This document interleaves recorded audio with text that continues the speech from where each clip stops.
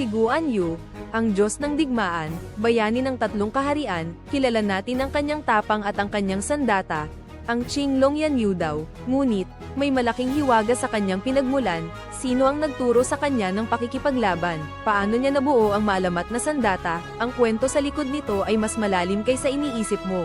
Handa ka bang tuklasin ang nawawalang kasaysayan?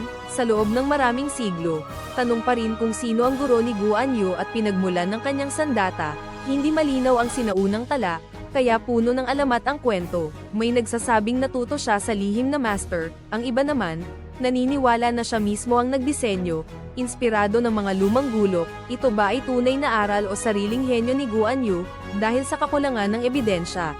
Maraming kwento ang umusbong, may nagsasabing isang matandang panday ang nagturo sa kanya ng sining ng digmaan at filosofiya, ang iba naman, naniniwala na ang Proto-Qinglong Yanyu daw, ay disenyo niya na pinahusay. Ang hiwaga sa likod ng guro at sandata ni Guan Yu ay nagpapatunay sa kapangyarihan ng mga alamat, ipinapakita nito kung paano maaaring hubugin ng misteryo ang isang alamat, mas malakas pa sa naitalang katotohanan.